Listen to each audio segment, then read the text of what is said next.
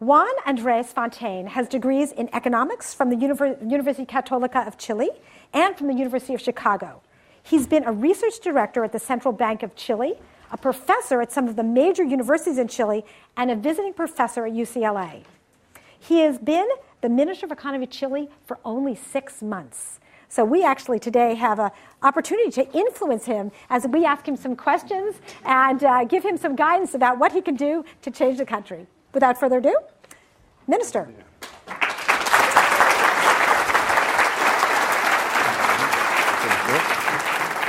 Thank you, Tina, for this invitation, this opportunity to address all these people here, young talents that are going to change the world, I think, in the future. And thank you for the opportunity to be inaugurating this excellent auditorium. Well, let me first say a few words about myself. I'm not an entrepreneur. I've never started up a company. I'm a public policy guy, basically. I've been trained as an economist, and I've worked and have the fortunate, actually, to participate in 2 crucial instances in the recent history of Chile. One was 25 years ago, when we had a very big crisis, and I was able to work there in the team that actually solved the situation and helped Chile to take off and have a very successful performance in the next years. And then, again, this time I've been called to serve in the government with a clear mandate to help draw policies that would increase productivity and get Chile to become a developed country during this decade. That's the mission the President Piñera has set for us. So this is very challenging. We are different generations, of course, and some of you may think as a bit distant this idea or this love for public policies. You are more private oriented people. In my generations, we used to think that in order to change the world, you had to make a revolution. Some people around here were basically wearing flowers in their heads and trying to make the revolution through peace and love. Others around the world were doing less peaceful things, to change the world. And all those experiments failed, actually. But we get very moved as a generation for finding ways of, through public policy, changing the world. And I have had the fortune of doing that, in a sense, in Chile, of participating in this creation of a new way of managing Chile. It's sort of a startup for the nation, which has the orientation of actually widening the room for people to innovate. So instead of changing the world through revolution, to change the world through innovation, which is what you see here in Silicon Valley very easily. So, well, going for a bit for the presentation, well, I come from Chile, and probably not many of you are familiar with Chile. Chile is a small country, 16 or 17 million people. The size of the GDP measured in equivalent dollars is more or less the size of Singapore or Ireland, Portugal, around these numbers, more or less as the size of the total size of the economy.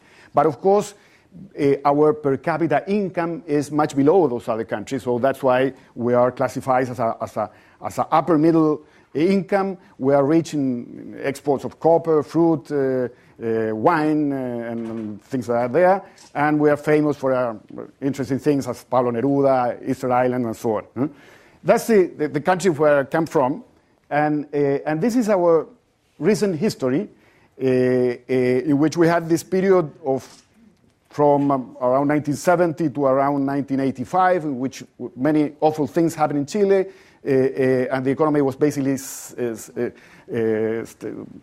trapped on a low growth path, right by inflation, and of course people were frustrated, and that tend to create the wrong kind of answers. So policies, instead of actually opening up the room for innovation, creativity, and so on, were very interventionistic and tended to to make things worse. We had a big crisis I mentioned in the mid-'80s, which has some similarities to the crisis the US has undergone in the last couple of years. And then we had that takeoff, which was engineered by a number of policies in which I worked from the central bank, basically as a macroeconomist there. And we had that very strong growth for about 12 years, growing at around 8% per year. And up to the point there when we got to the Asian crisis, Chile has a lot of connections with Asia because about 40% of our exports go to Asia. So when the Asian crisis hit Asia, it hit us also quite strongly. And we had that slowdown in growth and in productivity that you see there. And so after those 12 years of very fast growth, it's as if we got tired and we got 12 years of what we call the siesta period, in which actually productivity tended to stagnate. And as I mentioned, the mission we have is to speed up growth through increasing productivity growth.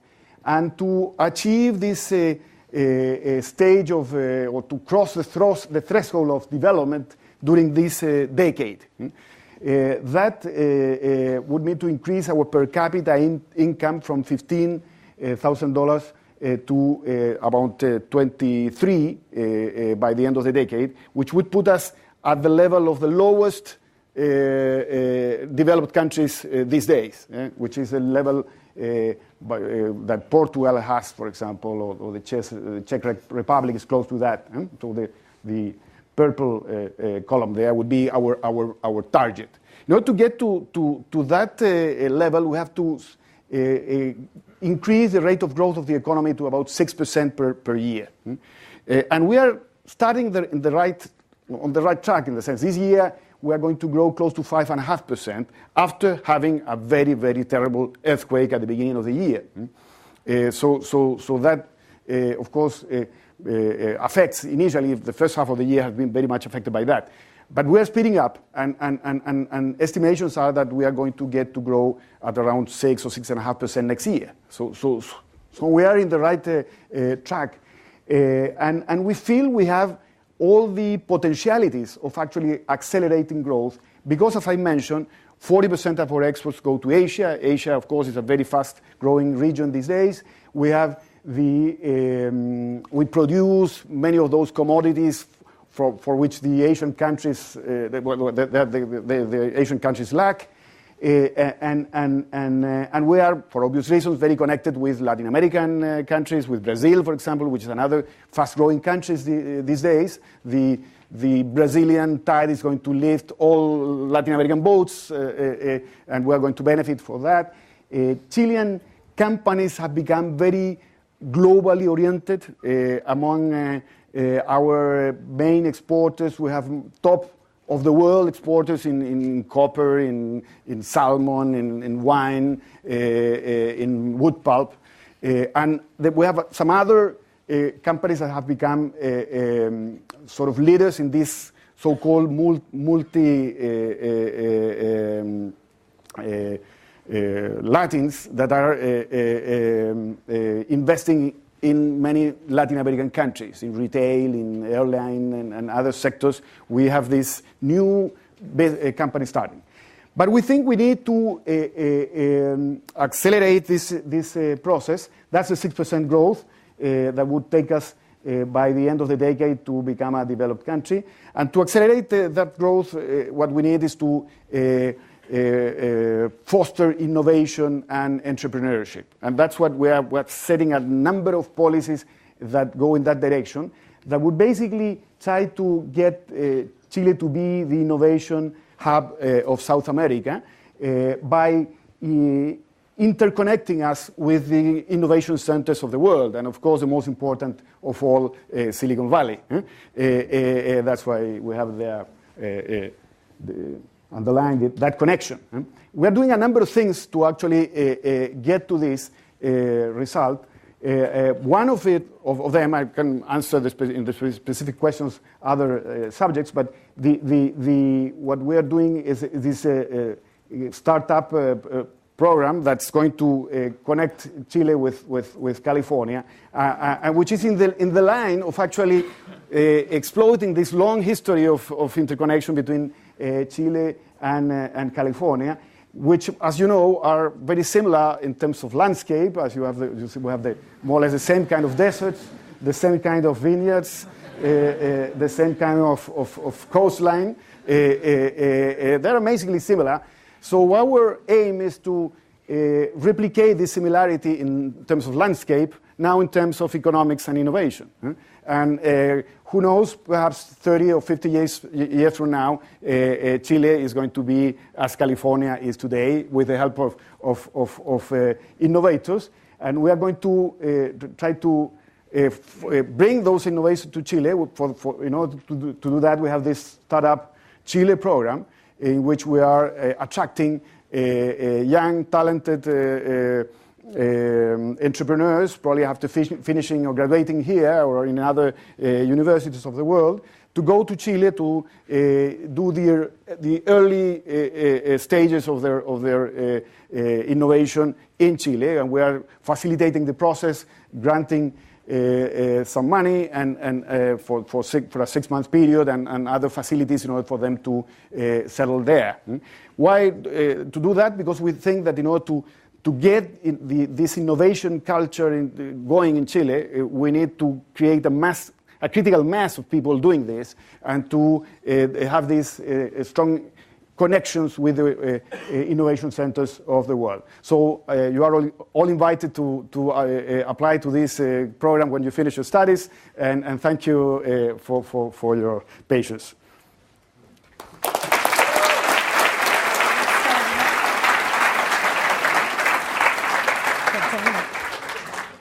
Great. That was a fabulous setup, and I've got a whole bunch of specific questions. I actually am lucky enough that I got to spend 6 weeks in Chile at the end of the year. So I got to get to know the country pretty well. I got to travel pretty broadly and was completely, totally enchanted by the country.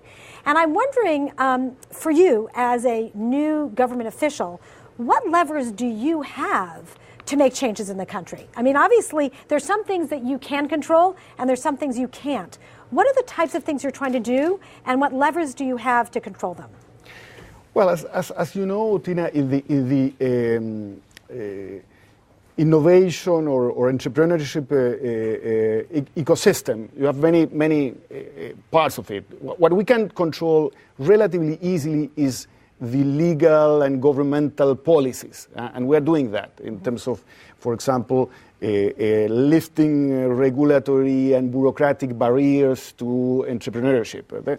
There are many of them. You know, politicians typically do, as part of their job, create these kind of barriers and regulations, things like that. And we have to be careful to well, some of them are necessary, of course, but others are just useless, and we have to eliminate them. We're doing that on a very consistent way. We are also trying to review visa procedures. For example, the experience here, of course, is that immigration is a very powerful source of innovation. We welcome immigration to Chile, but in order to do that in a practical way, we have to actually review the visa procedures. There are a number of things I thought we're doing. Terrific. Now, when you look at Silicon Valley, what things inspire you here? What things do you hope to replicate? When you obviously you came here with a lot of your colleagues. You've been here many times before. What are the things that you look at as models that you go, boy, I would really like to replicate this back at home? Well, what I see here is a very, very powerful and productive combination of academia, of high-level science, and entrepreneurial spirit. And that the way to make that combination is what we want to do, really. We do have good scientists in Chile, for example. We do have good entrepreneurs, but there's not that much of a connection between the two. What we want to replicate is that, to have, well, Chile become an innovation hub in South America. So what are you doing to make that happen? Well, as I mentioned, some things are related to connecting here with other successful centers as Silicon Valley. We are bringing entrepreneurs here and taking young entrepreneurs to Chile. We are attracting IT companies to locate in Chile. We are attracting centers of excellence to locate in Chile through government support. In addition to the standard government support for education, scholarships abroad, we have a large program of scholarship abroad in Chile, and the funding for R&D. Great. Now, there are a lot of things that we know make Silicon Valley a really successful place for entrepreneurs and people who want to bring their ideas to life. One of them is that there is a real tolerance for failure. And people know that if they try something, if they take a risk and it doesn't work out, that's not the end, that they're going to have many other opportunities to try again. Tell us a little bit about that culture in Chile. Is this something that is the same or different? Well, there we have problems, clearly. The sort of problems that are not that easy to tackle, because there's a deep cultural problem there. There is some distrust in Chile, and so people tend to think that when someone fails is because it was committing a fraud, or it was actually... It has intention to actually fail. That's a typical suspicion, and that's have to be overcome gradually, I think. In the meantime, what we're doing though is which can be done, is to change the bankruptcy law. Our bankruptcy law creates a problem in a sense because it's very easily from a standard bankruptcy procedure to become charged for fraud. And so, and that of course tend to exaggerate this kind of social stigma on people that go through a failure. Great. So it sounds like it's something you're thinking about. Yes, very much indeed. Great. Now, there are other things that are very important in this culture here. One is that we have a strong venture capital, risk capital investments. People are willing to put money down on ideas that are really, really new, that are really pretty risky. Does that exist in Chile? Yes, we have a young venture capital industry that is supported by Corfo, the development agency of the government, and it is working. They have money. They have close to $300 million, not yet invested, because they complain that there are not enough projects or not enough entrepreneurs in Chile. Although some entrepreneurs complain the other way around. So, always, so we have the elements there. I tend to think in general, although venture capital is very important, clearly, but one have to be clear in this, I think, that actually money follows good ideas, and it's not the other way around. So the crucial thing is to have the good ideas. When you have the good idea, money is going to come in. And we do have a capital market that is capable of doing that, I think, partially. And of course, there is a world market also where can access to Silicon Valley or to Wall Street or whatever and get financing there. Great. So one of the other things that this area is known for is having lots and lots of role models, local role models. You can look around this room and see lots of people probably who have started companies in our midst right here. And so you can clearly see that people, look like you. Boy, you look like me. You sound like me. You've been in my classes. If you did it, I can do it too. And people are also very generous in sharing their insights and their experience and their network. Are there those type of role models there? Can people look and say, wow, this person did it, I can do it too?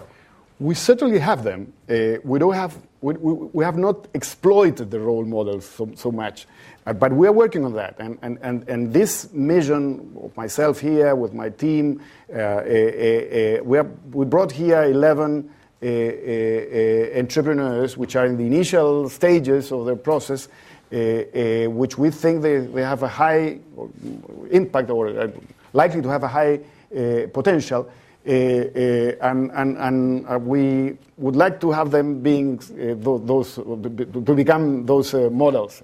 Well, so we're doing that. I got a chance to meet them this morning. They were really impressive. So I think so too. But one of the big issues that comes up is that people also don't understand that there are really different types of entrepreneurship.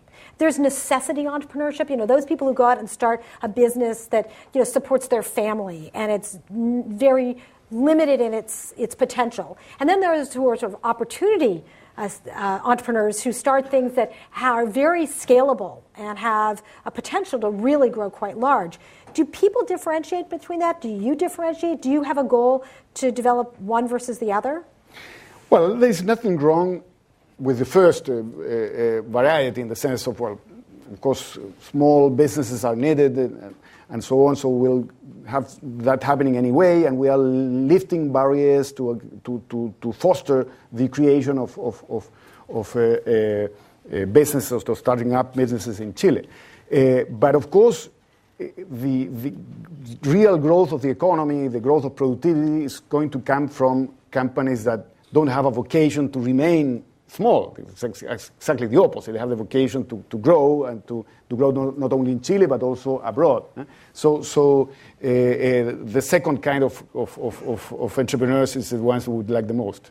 Great. I know that a lot of companies, especially in small countries, try to be global from the get-go. Is that something that these companies are doing that you talked about, these new entrepreneurs? Are they starting out with the mind that their company is a global business even from the day they start? Well, that's the idea. And that's happening in a sense, because we are a very small market and a very open economy. We have trade agreements with about 50 countries. We have very low import tariffs. So it's a fully outward-oriented economy. So it's very natural for an entrepreneur born in Chile to be thinking of exporting. Okay, so let's look at it the other side around, though. One of the benefits of being in Silicon Valley is this huge influx of people from all over the world with different ideas, with different cultures, with all different resources they bring in. In fact, if you look around this room, it looks like the UN, right? We've got, We've got, people here from all over the world.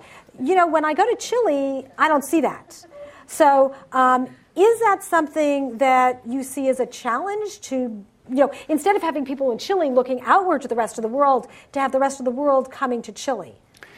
Well, we welcome that happening, and as we start growing fast and having investments coming and demand for high qualified professionals and things of that sort, we are going to get, I think, that inflow of people coming to Chile. We do have it at a small rate these days, but it's going to increase significantly, I think, in the future. We are attracting for investment, we are attracting IT companies to settle in Chile, and that's going to create that movement. We have to review, as I said, the visa procedures. We have always some problems there, and we're working on those. But clearly, we think that the consequence of this strategy is going to be to change the mixture of Chile people you saw on the streets in Chile to resemble more what we see here. Great, terrific. Now, you talked about visa issues. There are all these little things that end up having a really big impact on people's ability to show up there and then, essentially turn their ideas into companies. What are the variables that you are thinking about? Are there things that actually work better in Chile than here? Are there things that you go, wow, this is something I should really advertise, that we've got these resources that actually don't exist anywhere else? Well, first of all, as I said, we are situated in a location that is very unique, to exploit the growth of the emerging world, and we think growth is going to come in the near future from the emerging world, both Asia and South America or Latin America. Second, we have a very open, free market environment that is good. for starting businesses. And third, we have low costs, which of course helps a lot. So in comparison with Silicon Valley, let's say, that variable is crucial. We are much lower cost producer or in many services, and that helps to foster businesses there. Great. Now, I know you're launched this really interesting new initiative, this Startup Chile, to entice folks from around the world to start their companies in Chile. I think it's really a bold move. So maybe you could tell us a little bit about what this is about. I mean, what do people get? I mean, if I decide I want to come to Chile and start my company there, what are you going to give me? What we are doing is to offer $40,000 for people that said go to Chile. That's a grant. They get that grant for doing their early stages of their project in Chile, and we help them with the other facilities, offices, and things like that to settle there. And the condition they have to comply is that they have to, first to have the project have to be approved by a board. So we have to apply for that approval, and they have to be there and interact with Chilean entrepreneurs, to give a few talks of what they are doing, because what we want to get from this is the interaction, the critical mass that creates interaction between Chilean people, Chilean entrepreneurs, and these entrepreneurs we are bringing from the rest of the world. And to do that, we need that kind of conversation to take place. And the other thing we want is that these entrepreneurs probably are going to, after they spend 6 months or a year in Chile, they are going to move probably here or some other place. And we want them to get connected to Chile. The best way to actually get this interconnection with these innovation centers of the world that I was mentioning is through people. In the end, this is basically a matter of getting to know the other people, and this is a way to do it. That's what we want to get from that. So it's a nice way of inviting people down there and spend some time and get to know the country. Now let's change gears a little bit. I mean, here we are in a university.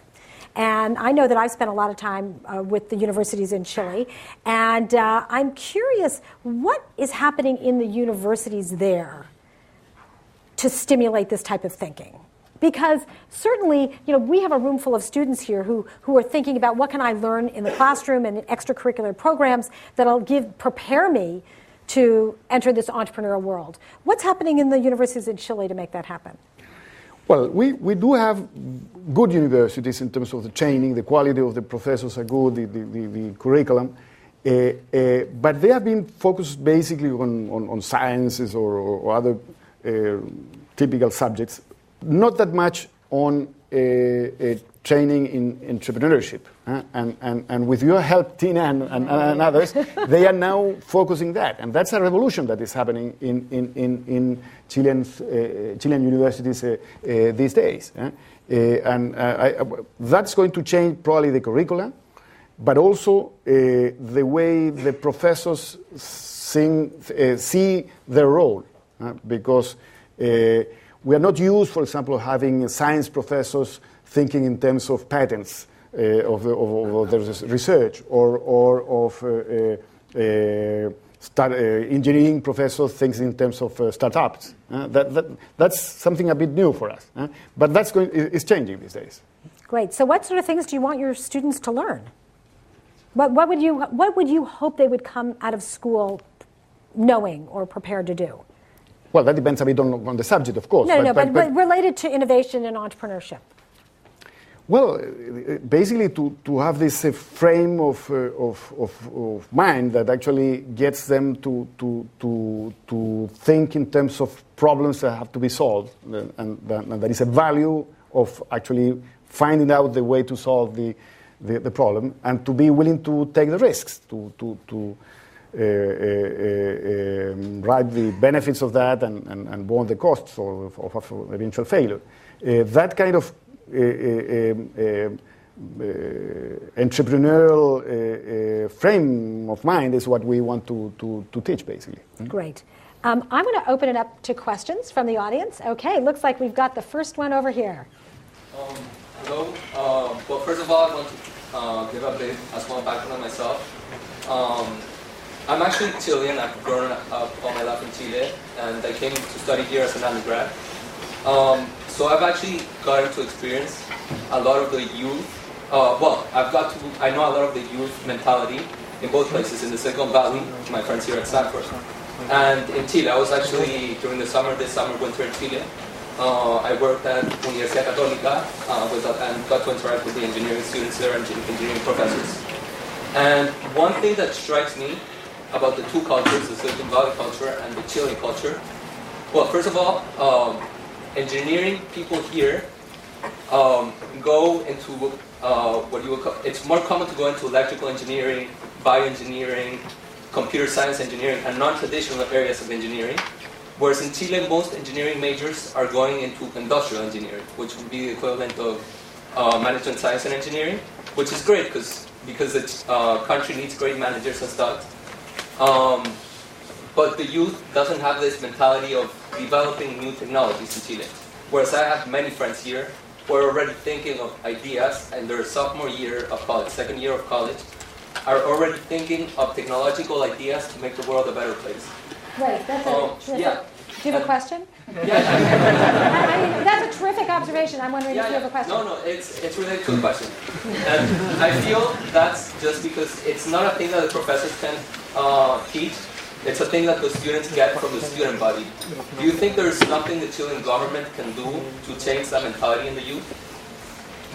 Well, as we were discussing, the role of role models is exactly that one, to actually create that example and then motivate people to do that, to become innovators in those areas. But I share the view that we have that weakness, and we are working on that to solve that. My question would be, if you went to other universities around the United States, would it be different? You know, is Stanford unique in the United States, or is it something that you would find anywhere around the country? So that would be something that. Yeah. Good. Yeah. Great. Another question back there. Russia is currently also trying to rebuild or replicate Silicon Valley. Have you learned, or is Chile in any way working or looking at what they're doing to try to modify your system? Well, it's a different kind of strategy. It's sort of a top-down strategy in which you find that as a project and settle a piece, find a land, develop the buildings and so on, and try to create the physical resemblance of Silicon Valley.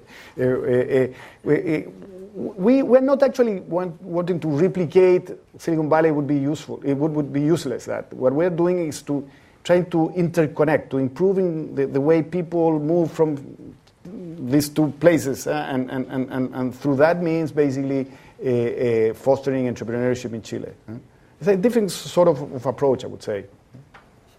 Great. Over here? Yes, Pedro. So, given that high technology entrepreneurship is very high risk, and the Chilean culture has to change a lot in order to embrace this technology, why is it that people are so interested in replicating Silicon Valley and not perhaps starting some other kind of economy that is more up to the resources and the culture in Chile? Well, I wouldn't say that the Chileans are particularly risk averse. First of all, we're a mining country. Mine cycles, and they're awfully prices oscillate a lot, and so there is a lot of risk in being a miner. And we, because of the different reasons of our history, have been a very unstable country in the past. So people, businessmen in Chile are very used to live and somehow learn to prosper in a very risky environment. It's only that we have to redirect now the kind of sectors in which they would have to invest. And our natural resources, for example, take the case of agriculture or of fishing, are the kind of activities that need a lot of, or they are, can attract a lot of innovations in terms of genetic engineering and things of that sort. So, for example, biotech has a very natural place in Chile, I would say. Great. How do you think the people in Chile will feel about this influx of foreign businessmen? They say, how do you think there will be a struggle in the domestic industry in competing with new foreign economies? No, I don't think that would be a problem. We're a very open economy. We are used to compete in the world in terms of our products. We tend to be, I think, quite friendly with visitors and foreign people coming to Chile. So I don't think that would be much of a problem, really. Great. So a lot of countries are getting behind the idea of collaborative consumption, in which third-party companies are encouraging their users to share items like books, accommodations, bicycles, cars, stuff like that. What is Chile's stance on collaborative consumption? Nothing to my knowledge, to be honest. Do you think there would be a dichotomy in, would it be a battle to introduce that market into Chile from the government perspective? Could be. From the government perspective, these days is not a priority. But it could be in the future. I think what she's getting at, can I restate this a little bit, is that there's a tremendous interest in doing things that are environmentally friendly and environmentally sustainable. And as you're building a new sort of economy, is that something that's important to you? Does that sort of... And not only sustainability, but things like Groupon, where you're interacting as a group to proliferate an idea and a product, like couch surfing, where you get a bunch of people together and you're sharing these things, or car sharing. Airbnb is another example. Yeah. Well, to some extent, in countries that are not as developed as this one, that happens naturally. That's part of that's a way of surviving when you are poor, is to share things. But in the case, regarding environmental concerns, of course, in the case of energy, we are looking at ways of conventional energy sources and things of that sort, that are going to be more environmentally friendly. Great. Yep. The Silicon Valley here and the Innovation Center in India, which is Bangalore, as you mentioned on the map, were pretty naturally and organically created. They came about on their own and not really with government support. In Chile, you're trying to, through government support, make this happen. Do you think this is a temporary fix, that while the government fuels it, while the government pumps in money, it will grow, and once it stops, it will fizzle out? If yes, how are you tackling that problem? Well, actually, we're not pumping much money. This is not a top-down program of spending large amounts of the budget in terms of R&D or certain sectors, whatever. What we are is sort of a surgical intervention we are doing. We're trying to remove certain bottlenecks, barriers, things of that sort that are somehow creating the problem. And in order to unleash the natural entrepreneurial spirit we think it's there in Chile. That's basically what we're trying to do. Great. Yes.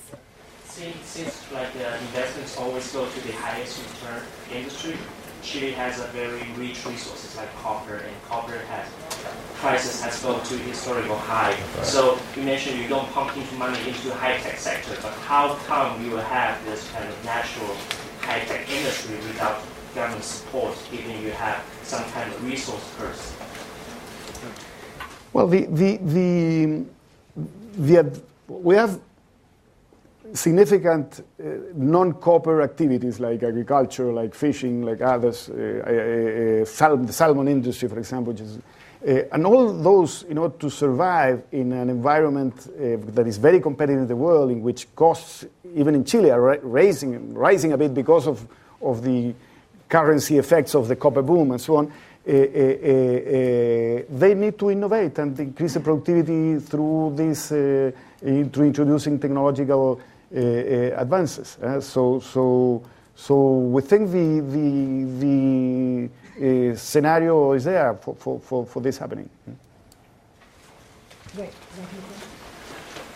My name is Granadaya. I'm Chilean, and I'm doing a PhD in aircraft engineering here. As you mentioned, we have a lot of similarities between California and Chile, one of which is not very nice, which is aircraft. So, also as you mentioned, we were hit by the 5th largest earthquake in the world history back in February. And even though we did quite well, we still had economic loss close to $20 to $30 billion. So I was wondering, what are we doing in terms of bringing innovation from here to Chile, given that here we have amazing aircraft engineering sections like the one that I'm studying. Are we doing something formal? Well, probably something's going on that I'm not too familiar with, but let me say that I think that our construction engineering in Chile did it very well after the quake, because after having such a strong earthquake of 8.8 degrees, one of the fifth strongest in the world, the amount of destruction is amazingly low, actually. Those numbers of these 30 or 20 or 30 billion dollars, well, looks high as I'm measuring dollars, but the percentage of the capital stock of Chile is not that large. So actually, we did well, I think. And in terms of the rebuilding of the country, of course, as you probably know, every earthquake teaches a lot of lessons, and we are benefiting from them. And in addition to that, something that sounds strange, but actually is going on, is that the earthquakes help to increase productivity. Because when you rebuild better structures than the ones you previously had. So productivity is going to increase because of that, I think. Great. Thank you, Minister. Actually, I've got 3 questions. You can have one question. There are lots of questions. Okay. So when you are talking about attracting companies from other countries, one problem they may face is cultural strike. So is there any measure to assist them to integrate into local culture, for example, political environment, cultural environment, legal environment, this kind of things? Yeah.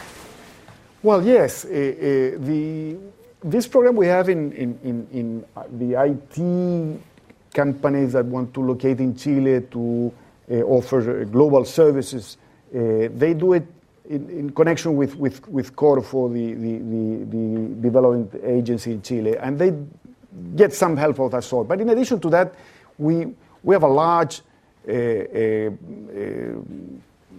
professional community in Chile that is used to work with foreign investors, because we are a country that has a lot of foreign investment. So also that naturally takes place in the sense that they find a way to get some help. I focus on the students. From your perspective, as you work to lower the barriers to small business and what advice do you have for the California government? What advice do you have for the California government? I don't know that much about California to give advice, actually. In terms of the barrier of entry to government. The barriers of entry into business, right? So I don't know really what are the barriers here. What we do see in Chile is that the process, because of political, the political process tend to create a lot of regulations. Some of them are useful. Some of them just create artificial barriers for entry into new businesses or to start new investments and so on. And we are trying to lift them. You know, the World Bank doing business ranking it compares countries across the world. We have been declining in that ranking. We lost about 9 positions in the last year. So we have to make up for that, to solve that problem by improving there.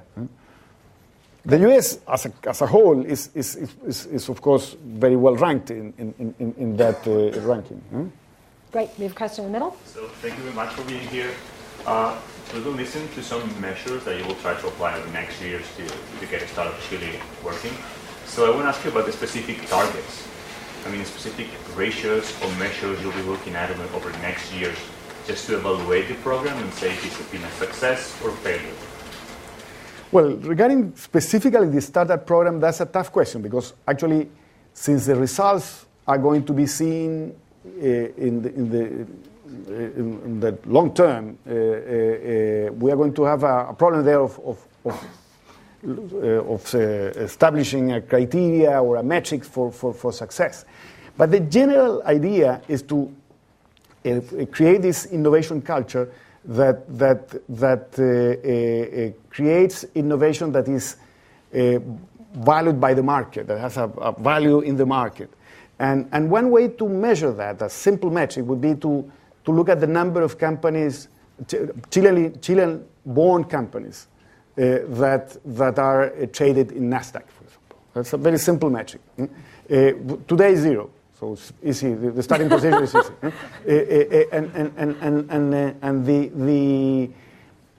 This is a target we have been mentioning and setting for the Chilean business community. Let's see how many of you are able to develop a company that is going to end up being traded at NASDAQ. And in the case of the Startup Chile program, we are going to claim that the ideas that have been developed from those guys that went to Chile in the startup programs are Chilean companies. Great. Got a question over here? I'm from Mexico, and I was just working on a project for the Ministry of Economy in Mexico. And they were asking us in the place that I work in, I think in Mexico, what were the bottlenecks for innovation. We were just giving them some advice. But I was wondering, what is the Ministry of Economy doing in Chile to support or to increase the link between the universities and the industries in order to create the human capital that you're going to need to bring all these startups to Chile? Well, many things, but we have a program that is supporting, giving financial support for centers of excellency, international centers that locate in Chile, and they do that on a joint venture with a Chilean university, and they provide services basically to the business community. So that's one way we are doing it. Another one is that we have a tax credit system in which the companies get the tax credit if they do their R&D with universities or research centers in general. So that's, again, something we're doing.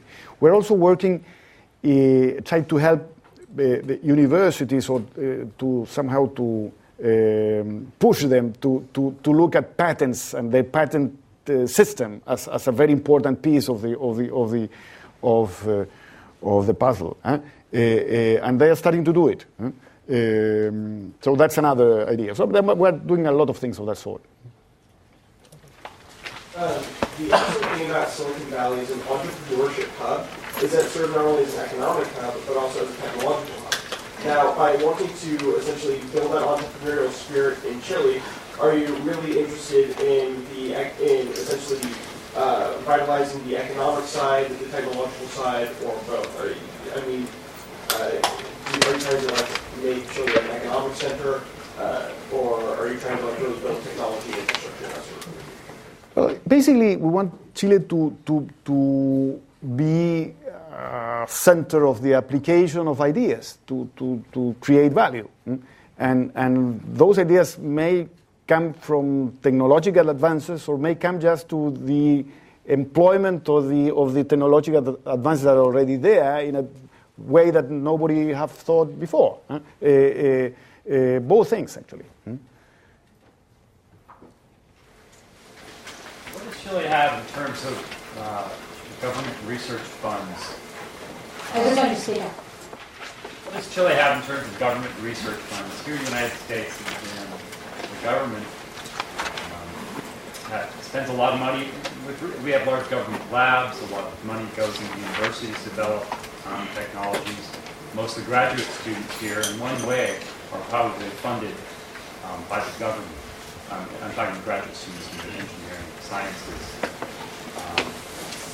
I think most people here would agree that Silicon Valley was the result of many things, but government labs and Bell Labs, for example, Livermore National Labs in Stanford and UC Berkeley, large labs, largely funded by the government. What does Chile have?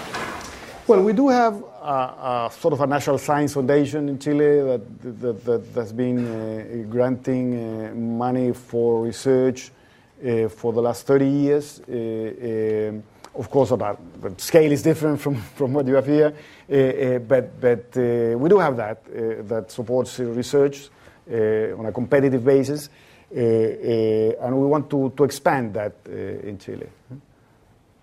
In addition to that, we have a tax credit for companies doing R&D, and we want to expand also that. Great. Question? So I have a question about a specific type of innovation. It's called frugal innovation. I'm not sure how familiar you are with it. Sorry, with what? Frugal innovation. So the idea is basically stripping down a product to its basic necessities. And this type of innovation has really been emerging and been successful in nations like Africa, China, and India. And this is the type of innovation that doesn't really fit into California or like the United States specifically, but is more focused toward developing nations. Since our conversation really has been rotating about Chile kind of mimicking California's growth and entrepreneurial spirit, how do you think about innovations like frugal innovation and how do you guys consider those types of innovations? Well, I'm not very familiar really with those. So, sorry, but I'm not. Don't follow very much. Great. Yeah. You just mentioned that you're going to invest $40,000 for each group. Where does the money come from? As the group gets bigger and bigger, it might be a burden on the government budget. And one more question. Invest money without consideration potential profit or loss should be avoided. How much return are you expecting to earn each $40,000 investment? I'm just going to repeat the question for those folks on the podcast, is that where's the $40,000 per venture coming from? And basically, what sort of return on that investment are you expecting? Right. Well, this is a pilot program. It's a limited amount of money that we're devoting for this. So people are going to compete for this, and we're going to see what happens. Now, if the pilot works well, we want to scale it, and we are going to look for probably private money to actually expand it. And what would the return be? As I said, it's not something very tangible in a sense. What we are trying to is to develop the innovation culture. And we think that creating this critical mass of people doing innovation in Chile is going to help in that direction. And it's a small amount of money we're going to invest in this in terms of the total fiscal budget. We are very conservative fiscal people. We are not actually engaging in large public investment program regarding innovation and things of that sort. This is a very limited intervention, to get the thing moving, basically. Great. We're going to take one more question. Carolyn. You mentioned that Chile is looking at successful companies publicly traded as the measure of success, but you also said that Chile is trying to overcome this notion that failure is a bad thing. So how do you target for success, but also try to foster tolerance for failure? Well, I see no contradiction, because we know to get to be successful, you have to be willing to fail. But is that a concept that is acceptable in Chile right now?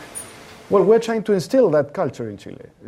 This is a work in progress, but we're moving in that direction. So my question is, how are you trying to do that? Well, through the role models we talk about, through this interconnection with places like Silicon Valley, in which that culture is already there. You can see it, you can sense it. Through some legal changes as the bankruptcy law that we're going to change, that tends to create that resistance or bias against taking risk. So there's a number of things we're doing. Great. Well, I just want to say I have been incredibly impressed with everything I've seen. The spirit of entrepreneurship in the faculty I've worked with there, the students I have met there, and also, as you showed in the pictures, the diversity of resources in Chile is totally remarkable. I mean, from the fisheries and the wineries and the agriculture and ecotourism, the mines. I mean, it's really quite amazing. And I can't wait to see what happens over the next years as you try all these experiments. I mean, you really are doing, you're being very entrepreneurial by trying these experiments. And we wish you the very best of luck. Thanks a lot. Thanks a lot. Thank you. Tina, and this is the Startup Chile.